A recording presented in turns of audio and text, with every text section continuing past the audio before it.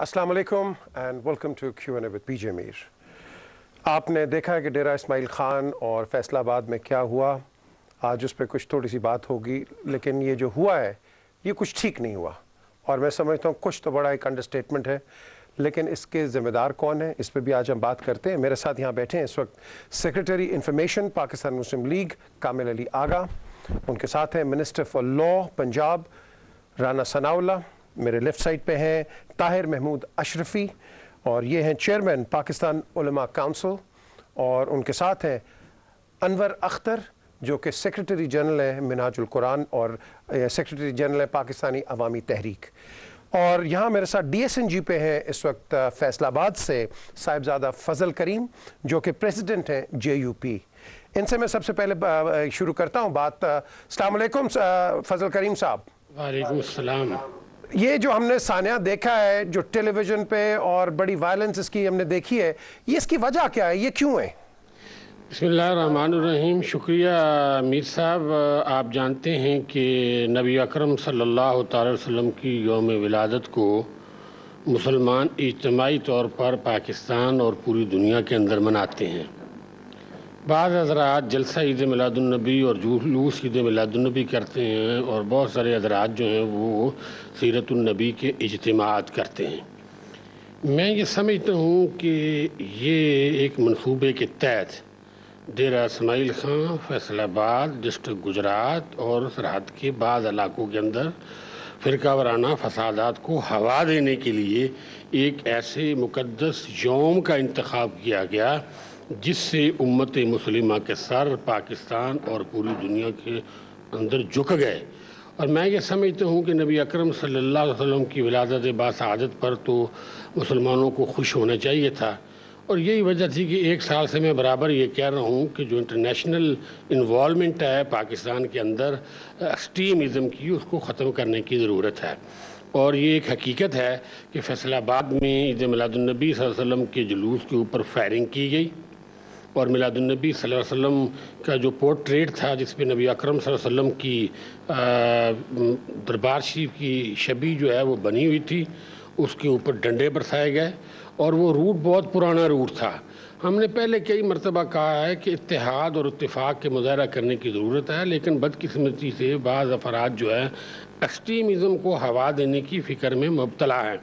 Timing जी फजल करीम साहब, इसको आप किसको ज़िम्मेदार ठहराएंगे? इसको उन हज़रात को ज़िम्मेदार ठहराता हूँ जिन्होंने ये कभी हरकत की है और इनके पीछे बाकायदा ह्यूज अमाउंट है इंटरनेशनल एजेंसीज़ की, और जो पाकिस्तान के अंदर लॉ एंड ऑर्डर की सिचुएशन को क्रिएट करना चाहते हैं, जो पाकिस्तान का अमन तबाह करना चाहते हैं, जो पाकिस्तान में फ़िरका वाराना फसादात जो हैं उसको हवा देना चाहते हैं, जो पाकिस्तान की इक़्तिसादी और माशी हालत को पतला देखना चाहते हैं। और ये इंटरनेशनल एजेंडे के ऊपर काम हो रहा है कि पाकिस्तान को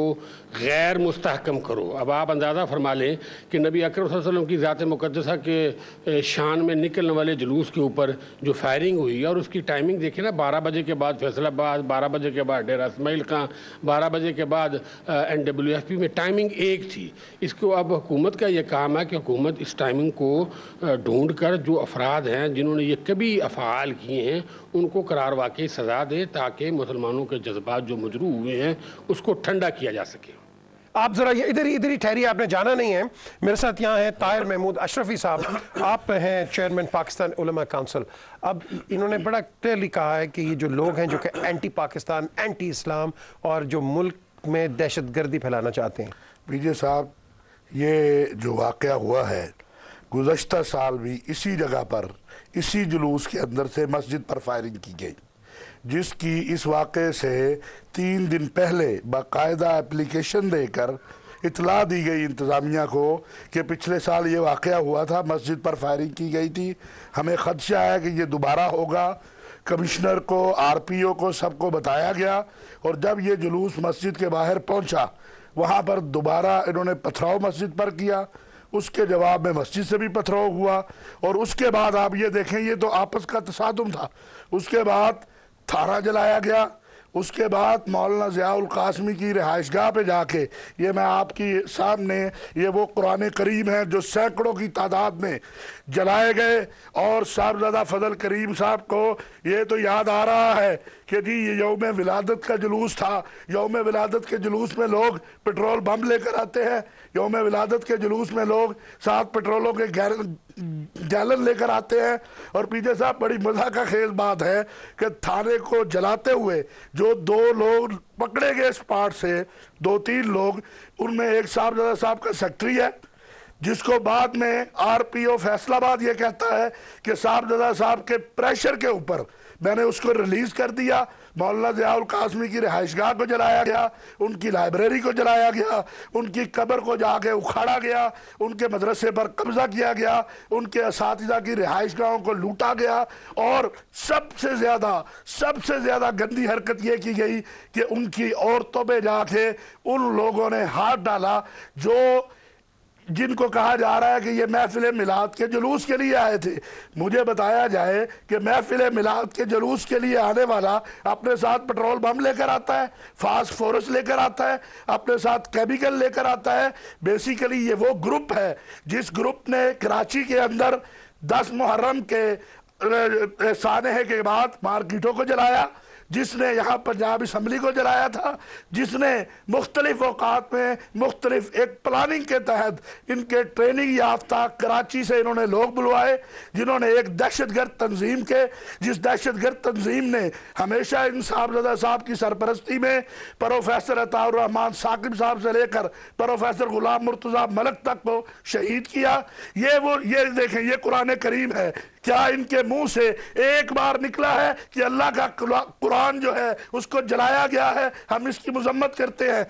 اور پھر یہ کہتے ہیں شبی، میں کہتا ہوں اس ٹرک کی تصویریں موجود ہیں میڈیا کے پاس، لائیو میڈیا نے دکھائی ہیں، وہ جو شبی کا پورٹریٹ ہے ٹرک کے اوپر لگا ہوا ہے۔ کون بدبخت ہے جو رسول اکرم صلی اللہ علیہ وسلم کی ذات سے متصل کسی چیز کی توہین کرے؟ اس سے آگے چلتے ہیں، اسی گھر کے اندر داخل ہو کر غلاف کعبہ جلایا گیا، اور سب سے نایاب چیز رسول اکرم صلی اللہ علیہ وسلم کے مزار مبارک سے متصل